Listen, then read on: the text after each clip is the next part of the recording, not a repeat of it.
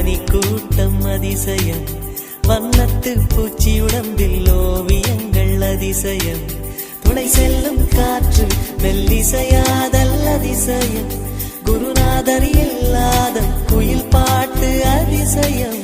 அதிசயமே அசந்து போகும் நீ எந்த அதிசயம், கல் தோன்றி மண்